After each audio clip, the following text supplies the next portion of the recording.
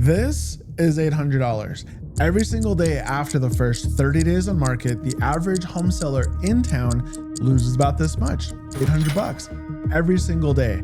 And you happen to live in Virginia Highland or Morningside, double it. That is the real cost of waiting. It's literally burning a hole in your bottom line.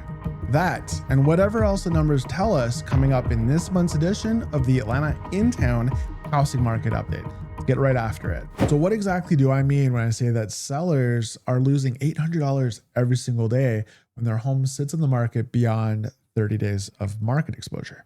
Well, this chart here is going to illustrate a very compelling story. So will the next charts that are coming up. Now, I'm not necessarily talking about pendings and actives and price cuts, although we are going to cover that in this video. This here is based on sold data for the month of October. So it's real data, it's historical data, and when you crunch the numbers, this is the story that those numbers told. So $50,000 a month. This chart here is showing three different time segments. You've got cost per day, cost per week, and cost per month. And this is no joke. In Virginia Highlands and Morningside, the properties that closed ultimately after the 31st day, and this is an average of everything after 31 days. It could be 61 days, 91 days. Although I will say that I did put a focus on up to 90 days. I took a sneak peek at 91 to 120 and 121 to 150. And some of these neighborhoods had properties that sold in those timeframes and some didn't. So to equalize everything and to make sure that I had enough data for all of these different neighborhoods, we looked at up to 90 days. But I'm going to tell you, the numbers don't get better on day 91. And they're not really good here between 61 and 90. They get a lot worse between 91 and 120. And then for the few properties that close after that, it doesn't get better either. So look at this. Okay, so $50,000 in Virginia Highlands is what our property loses every single month that it sits on the market after the first 30 days. Okay, so Virginia Highland has some of the most expensive properties, single family properties outside of Buckhead, right? So, but compared to Buckhead, look at this. Like Buckhead is $24,000, $5,700 per week, almost $12,000 per week. That properties are just seeing their equity just burn away. And it's like that in most of these different neighborhoods. Now, on average, it's $800 a day. Let me show you exactly how I'm arriving at this data. So it starts with the list to sales ratio. So we're going to look at this for detached property because that's what we're focusing on in this video. And we're going to look at last year's data compared to this year. So when we take a look at it, there are a couple of neighborhoods where homes are selling for closer to the asking price this year than last year. Those neighborhoods are Virginia Highlands and Morningside. It's up here. You've got Inman Park and Candler Park. It's up. You've got EAV and Reynoldstown, so Village. But then look at this here in Midtown and Ensley Park. This is a big jump, comparatively speaking.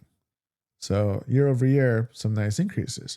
In a lot of these other neighborhoods, the reverse is true. So we've got drops in Buckhead, Brookhaven, West Midtown, Upper West Side. Some of the biggest drops are going to be in Adair's Park and on the West End. I think when you dive into the West End, there are a lot of properties that were bought, renovated, and or knocked down and rebuilt. And you're kind of seeing some saturation there at the moment, right? So that explains this big drop from 95% of asking price last year to an average of 91% for the properties that sold this year. And then you've got a 2% drop in Summerhill and Peoplestown. So let's dive a little bit deeper. When you take a look at this, how I shifted my viewpoint when I started looking at the numbers this week because I was wondering, how does the list to sales ratio change over time? So what I did is I looked at properties that closed within the first 30 days. And for properties that closed within the first 30 days, for these in-town neighborhoods, they had very positive outcomes. So there are many properties or neighborhoods here where it sold either at asking price on average or above asking.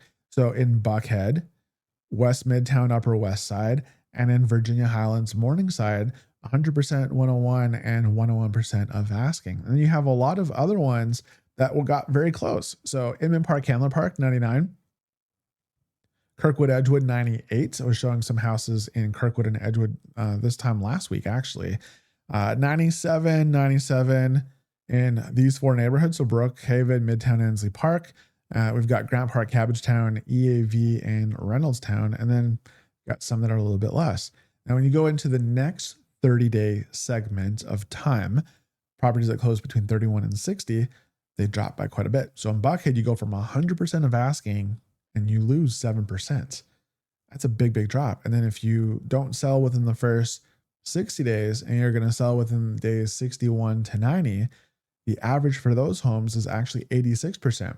That's a huge drop, right? From 100%, a 14% drop. What does that tell you? It tells you you've got to really understand your numbers and know how to price your property. And ultimately, when you don't price it well and somebody doesn't buy it within the first 30 days, then the next 30 days after that, across the board, you're seeing decreases. There's not a single place in any neighborhood in town where it's exactly the same, right? This is down everywhere. And it doesn't get better after that. You look at the next 30-day segment for days 61 to 90, and these are big drops everywhere from 101 to 92, 97 to 90. They're not quite as big as the Buckhead drop, but they're big nonetheless. It's real money. As we saw, an average of $800 a day. So as a buyer, when you see a property come to market and it's freshly entering the market, within the first 30 days, the sellers are not going to be very negotiable on price because historically speaking, when properties have been priced well and they get a lot of activities, you're still seeing multiple offers in the market. That's why these properties are selling on average in Virginia Highlands and Morningside and over on the west side, West Midtown and Upper West Side for above asking. So as a buyer, if a property that you like hits the market right away and your agent runs the numbers and the numbers look really, really good, you might have some competition if it's priced well. There's no question, right? Your agent will find out by talking to the listing agent what that landscape looks like. But for homes that have sat on the market for longer than 30 days, there's definitely an opportunity. And depending on everyone's motivation is different. Some sellers won't reduce their price no matter what. And those homes eventually exit the market. They get delisted with a withdrawn or they expire off of the market, right? But after the 31st day, the numbers here are telling us that the homes that just sold in the month of October sold at a discount. So as a buyer, I'd be making more aggressive offers if you happen to find a house that you love that's been in the market for a little while. So let's keep looking at the data because it continues to be interesting. So here's another visualization. I love this chart because it shows you the average dollars earned in the different time increments for the listings in these markets. So when you take a look at Virginia Highlands, for homes that sold within the first 30 days, they sold for an average of $15,000 above asking. That's what that shows. Take a look at Inman Park, Hamlin Park, $10,000. Buckhead, almost $13,000, right?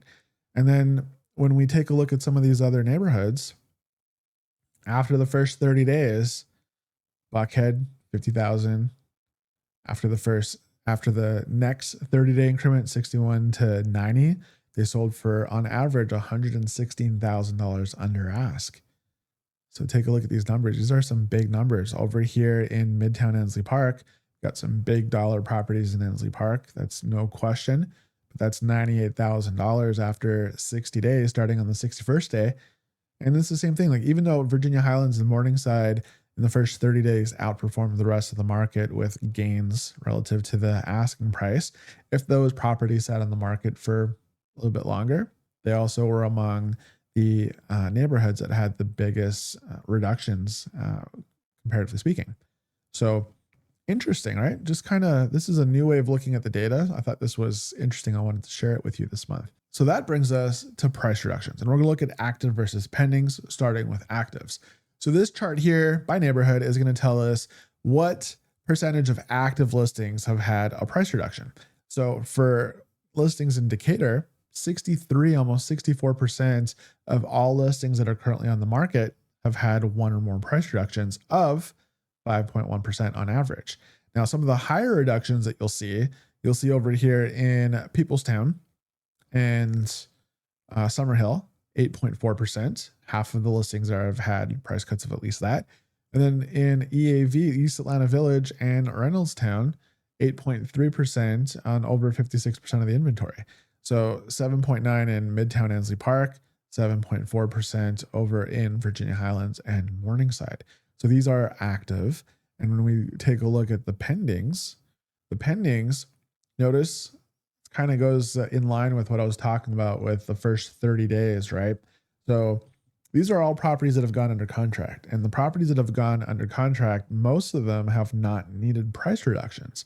Because, for instance, when you take a look at a place like, I don't know, let's use Midtown and Ansley Park, you've got 16.7% of the active listings that needed a price reduction, and they're now showing pending.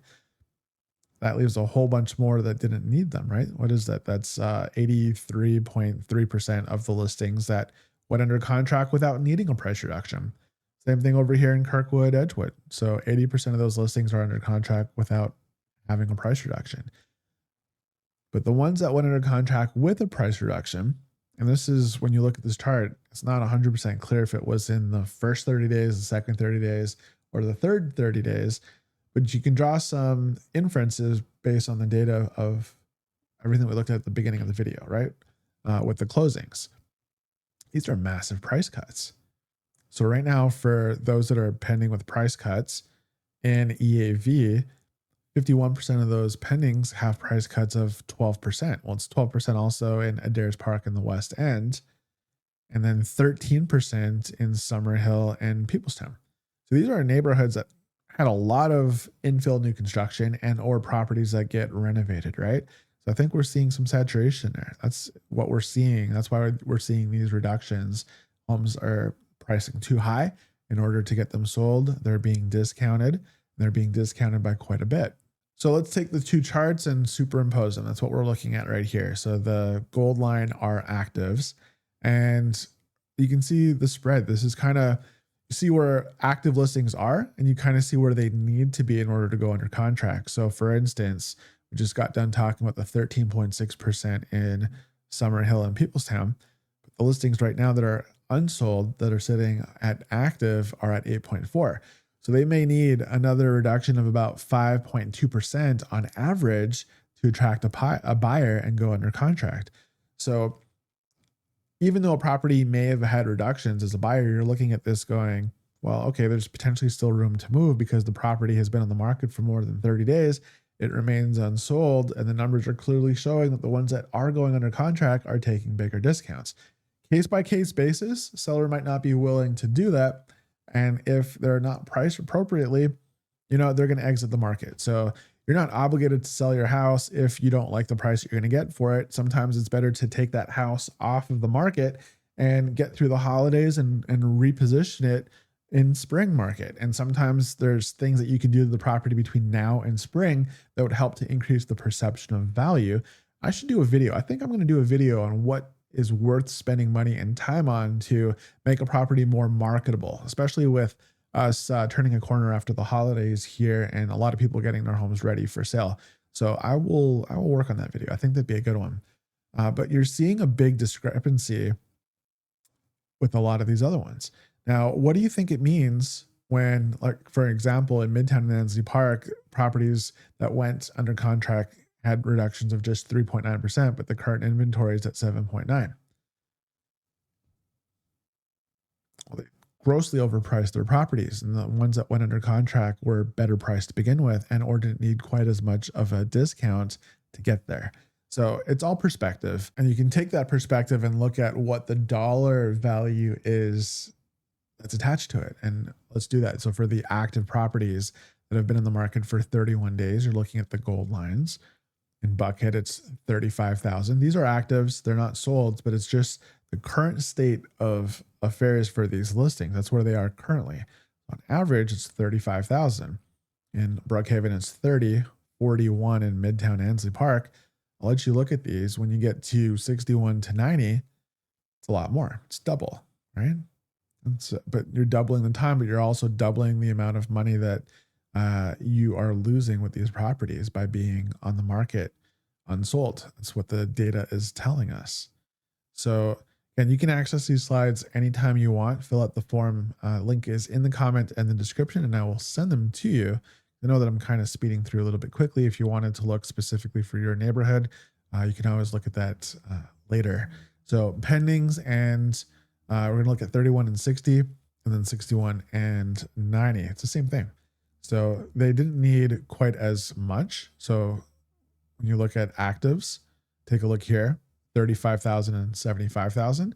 And the pendings are at 31 and 70. So it's like that everywhere. So this next chart is going to take these actives and pendings and compare them to the sold data that I had at the beginning of the video and how it stands out. So these are the ones that on average, when you got to that 61, and this is 61 to 90 days. So we're looking at that segment for all three statuses, active, pendings, and solds. And when you got to that 61 to 90 days on average, those properties lost 128,000. Well, the actives are only at 43. The pendings are a little bit less. And so you see, in order to successfully sell, these sellers had to discount the properties by quite a bit.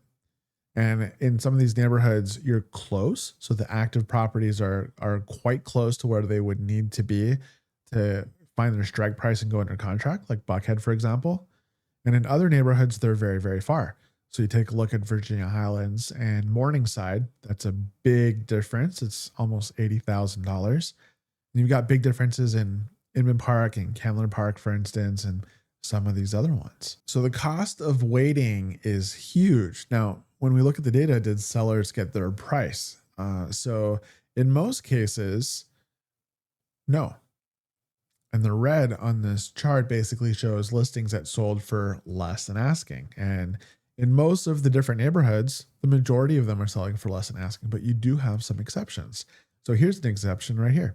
So in Midtown and Ensley Park, take a look at that, and only 25% of the listings are selling for under, 25 are selling right at the asking, and 50% of them are selling above asking. So I thought that was interesting. But generally speaking, look, place like Brookhaven right now, man, Brookhaven, awesome place to live. But right now, only 4% of the properties that closed in the month of October sold for above asking. Most of them, predominantly 84% of them, are selling for less than asking, right? So you would presume with all of these big discounts that we're in a really bad buyer's market. And that is true for some of these different neighborhoods, but not all. Take a look at this. Okay, so when you look at this, the way that this is set up, the dotted line is the threshold where a balanced market between 5 and 6 months becomes a buyer's market. So this here is a buyer's market. When you're at 6 or more months of inventory, that is the amount of time it would take to sell everything that's currently on the market if no new homes enter the market. Well, anything above 6 is a buyer's market. When you're between 5 and 6, it's a balanced market. So there's no advantage to the buyer or the seller. Sellers come off their price a little bit. Buyers get closing cost concessions, nothing crazy. And then when you're under 5, it's a seller's market. Like it's been over the last couple of years, right? From 2020 through now, really, in a lot of these markets. And this is where the in-town markets operate differently than Metro Atlanta, because when you look at Metro Atlanta as a whole, we're entering a season now where we're getting close to a balanced market in most of the metro. We saw, if you watched last week's video, there are very few counties right now that are still considered sellers markets, right? Cobb County being one of them, but a lot of these other counties have traversed into that balanced market, and some have, in different segments of the market, gone to the buyer side. Well, on the west end, when you take a look at this, last year we were cresting a seller's market. They were firmly inside of a balanced market. This year, it's 8.1 months of inventory. This is a pure buyer's market. Again, my theory, and just looking at what's happened in that market, a lot of infill new construction, a lot of renovations, and there's been a certain degree of saturation, right? When you have the market that tightens a little bit, I think people are reevaluating the different neighborhoods that they would otherwise purchase in. You have a lot of things that are changing with the city, with the rules, with the short-term rentals, and a lot of these properties were being bought to rent out to people who are coming into town to go to see games and stuff like that, conferences. And anyways, that was an area where you could pick up a lot of cheaper real estate, flip it, knock homes down and rebuild them. And now we're at 8.1 months of inventory. But in many other places. Look at that. Buckhead was 3.5. It's down to 3.2. That's actually trending in the other way. It's becoming more of a seller's market year over year in Buckhead. And Kirkwood, Edgewood, ever so slightly, that same phenomenon is happening. In other places, it's trending up. Got some parity. Virginia Highlands, Morningside, Midtown, Ansley Park, parity. Inman Park, Candler Park, parity. And then some of these other places are starting to get a little bit closer to crossing over into a balanced market. Now, I don't think that a balanced market is a bad thing. I think having a market that allows more people to participate in the market and become homeowners is a good thing. But we need interest rates to come down in order for more people to be able to enter the market. So either that or home prices coming down. But as you can see in town, that's not going to be the case. Not when you have days on market, which we're going to look on the next slide, but more specifically, months of supply being this low in most of the neighborhoods. It's still a seller's market. So let's mention days on market. Let's look at that. So median days on market, look at how low most of these are. So Virginia Highlands and Morningside year over year, it went down. You had 13 days on market last year, it's down to 9. Take a look at Grant Park, Cabbagetown, 16 down to 14. Midtown, Ansley Park, 19 down to 13. Those are markets that are heating up in favor of the seller. When stuff sells that quickly, it is definitely a boon to the seller. Now, the overall median days on market for Metro Atlanta at the moment, this is for the 11 county region, is 28 days. So there are very few areas. The west side, upper west side, west Midtown is one that's crossed above the median for the Metro. And then West End, we just talked about that. And then Summer Hill and Peoplestown. So some of these other places, I mean, stuff is just moving incredibly quickly. Even with some of these big jumps, like Decatur, you would look, if I showed you just pure percentages, and we saw that there was a 100% increase in the days on market in Decatur, you'd be like, oh my gosh, that's terrible. You know, it's 100%. That's really, really bad. Put it into perspective, it went from 6 days to 12, and 12 is still one of the lowest. It's the third lowest days on market of all the in-town neighborhoods, the in-town neighborhoods that I'm covering in this video. So perspective is important. Let's look at median prices. So median price in Buckhead is up year over year. That's quite a big jump, right? 1.2 million all the way up to 1.4 million. It's the biggest jump on this list. There was another big jump, roughly 100,000 over here in Brookhaven. No surprise, they're building very expensive houses in Brookhaven. You look at neighborhoods like Ashford Park, Drew Valley, especially, where they're building, like, everything's new construction. Infill new construction is huge over there. But it's a big jump year over year. And you've got some smaller jumps, but they're jumps nonetheless. So West Midtown, Upper West Side is up a little bit. Decatur's up a little bit. Virginia Highlands, Morningside is up a little bit. Same thing with EAV and Reynoldstown. Inman Park, Candler Park. And then you've got parity in some other places, Kirkwood, Edgewood, Grant Park, Cabbagetown, Midtown, Ansley Park. A little bit of a pullback. Again, not surprising. You saw the 8.1 months of supply over in the West End and Adair Park, Capitol, like all those neighborhoods on that side. And year over year, the home values have come down just a little bit. Same thing with Summer Hill and Peoplestown. So let's take a look at where inventory levels are for the in-town neighborhoods. So we're entering a part of the year that is very seasonal, right? Things are slowing down a little bit. In 2 weeks, it's going to be Thanksgiving, and then around the corner is Christmas and New Year's, and then we're off to the races. It'll be a little bit of a lull in January, then we're off to the races for spring market. So you're going to see, it's normal to see active inventory start to pile up a little bit, because at this time of the year, typically you'll see pendings come down, although you can see a convergence of the closings, failures, and pendings. They're all kind of at that same spot right now. It's kind of interesting. But pendings have been pretty regular, right? They haven't been up or down. It's pretty straight. The failures are starting to mount a little bit, and those are properties that are exiting the market. So let's look into each of these statuses and see how it's doing this year compared to the past years. So we've got 4 years worth of data.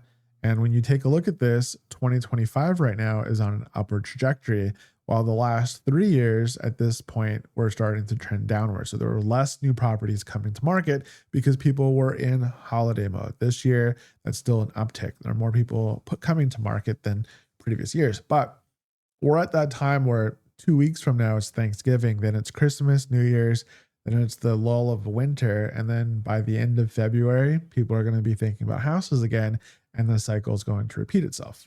This is what happened last year. That's that lull of winter. And then, oh, man, spring market's around the corner. People get excited, put their houses in the market, and the cycle repeats itself. So what's going to happen here is you're going to see something like this. So for 2025, new properties coming to market, they're going to dip over the next month and a half, but they're still going to outpace these previous 3 years. And when we finish out the year with it, I expect that it's going to look something like this. Now, active inventory, we're also this year outpacing previous years. Now, this is not really surprising because if you happen to watch the overall housing market video, the inventory has outpaced all previous years. That's no different with the Intown markets. Now, it's a little bit less of a gap between this year and last year. That's pretty close. But nonetheless, we have more houses in the market in town than we've had in previous years.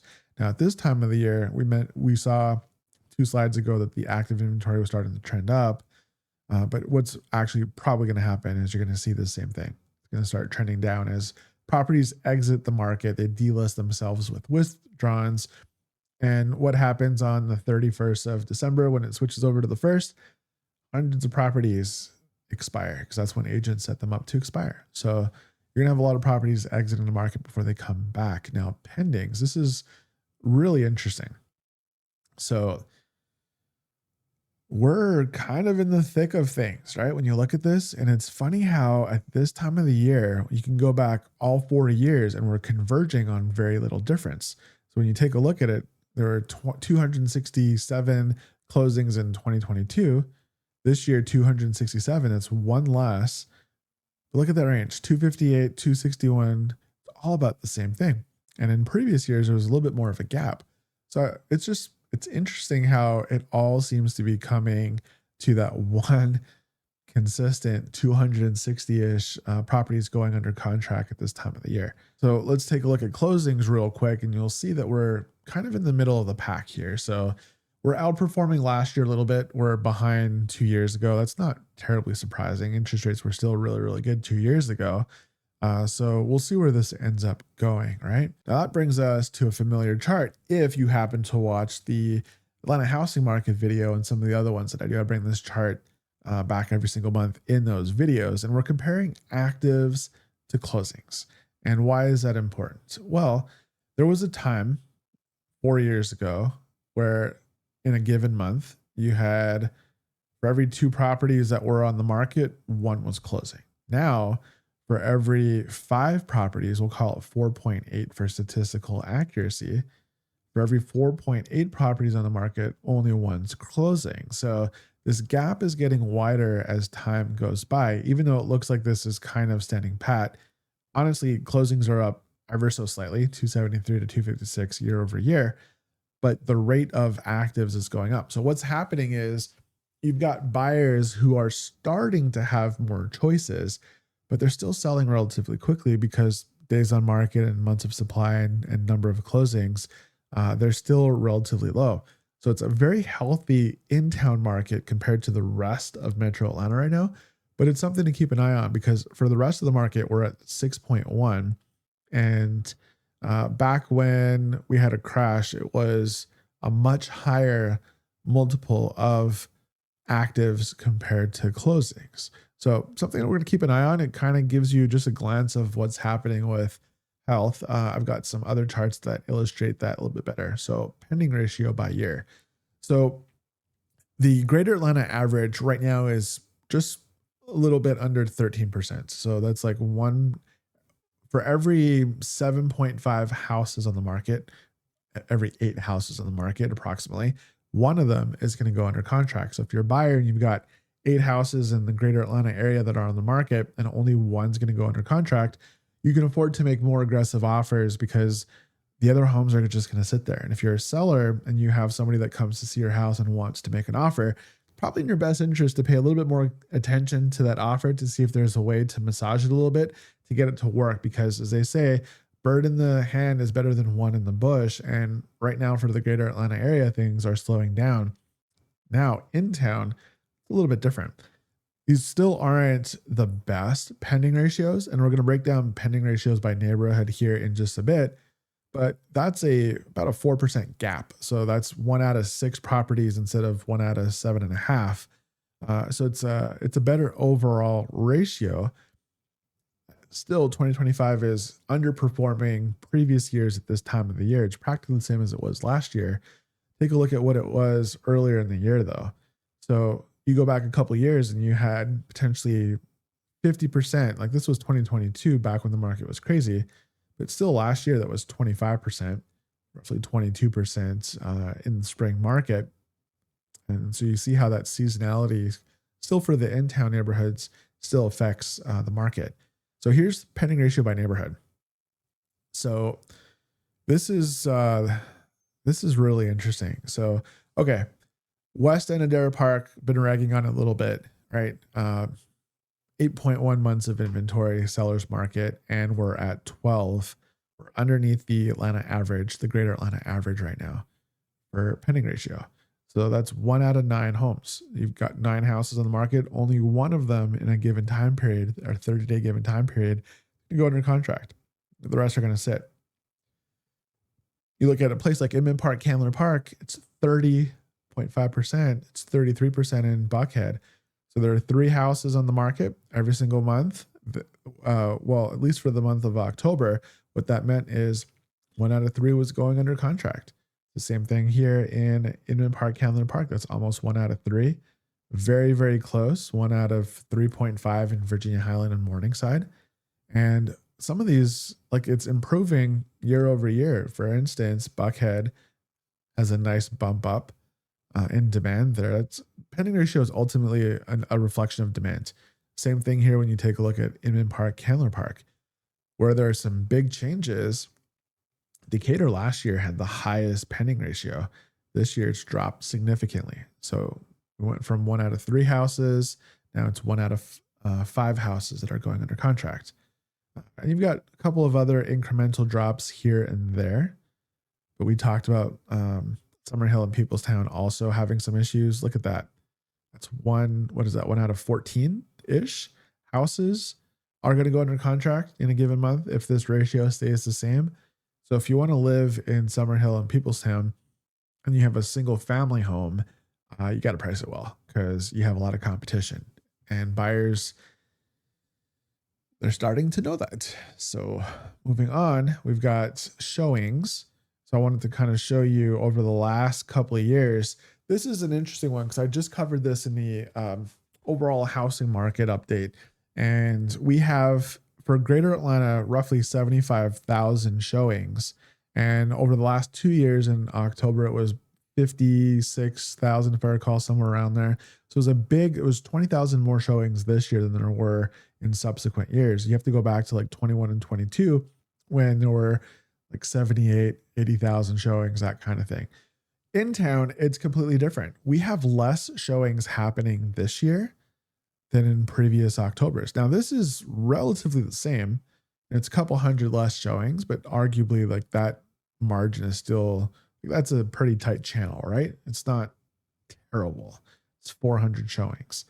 But compared to 2022, it's a big drop. So it'll be interesting to see. There are just less showings happening overall. And I think a part of it is you're looking at less overall listings. Active inventory is still generally up, but there are less overall listings compared to what there were in previous years. So this here is a very, very big difference. It's 1,800 more showings at the fever pitch of the market in 2022 before interest rates starting creeping back up in 2023. So showing activity by neighborhood. Look at that. So that's not, I'm not showing that to show that it's a big, big drop, but comparatively speaking, Summerhill, Peoplestown, and then West End, Adair's Park, Capitol, that are those neighborhoods, they're getting a lot of attention. So a lot of homes are being looked at, but they're not necessarily going under contract. I think a part of it is you generally get a little bit more for your money in some of these neighborhoods. So people are looking where homes are generally a little bit more affordable. Now, I say that West Midtown, Upper West Side also fits that bill, a little bit of a decrease year over year. And other than that, it's relatively close. Like these aren't huge jumps one way or another.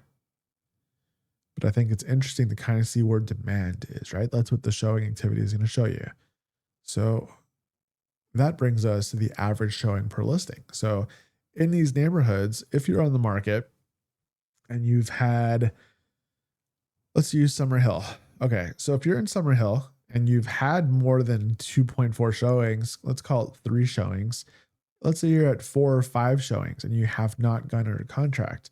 Well, the average listing right now is attracting 2.4 showings in that marketplace. And when you start to get more showings than what the average is, and you're not going under contract, it's either a problem with the condition of the house or with the price. It's one of those two things. Let's take a look here at what sellers are paying on average. So this is the number of properties that sold where sellers paid some number of closing costs. So in Grant Park and Cabbagetown, 4 out of 5 houses, a full 80% of all deals that closed in the month of October had closing costs of some degree paid to the buyer. We're going to look at that on the next chart, and I'll tell you exactly what the average was. It's 75% in Midtown and Ansley Park. So it's interesting to me that some of these areas are struggling a little bit more, like Adair Park, West End, Summerhill, Peoplestown, and they're at 56%, 1 out of 2 listings, until you look at how some of these properties are being purchased. So a lot of these homes are being sold for cash because they're going to be either knocked down or fixed. And when you're paying cash for a property, you don't have a ton of closing costs. So when you don't have a ton of closing costs, seller's not going to pay. There's no need to ask the seller. It's better to take it off the price of the house. That's part of what's happening there. So let me show you on average what it works out to be. So of the 1 out of 2 listings in Adair's Park, West End, and Peoplestown, and Summer Hill that are paying concessions, they're averaging $7,700 and $8,700 on average. That's still a pretty good amount. You've got anywhere from, this is basically 10 all the way up to 11. And then in Buckhead, it's quite a bit more. So are the price points, right? The median price of Buckhead is quite a bit higher. So we went through a lot of data in this video. If you want to be able to go through it at your own pace, in that description and first comment, I've got a link to this slide deck. You're going to watch more videos today. Don't miss the overall Atlanta housing market video. If you haven't seen that one, it's jam-packed full of information. You watch it right here. Thank you so much for watching, and I hope to see you on the next one.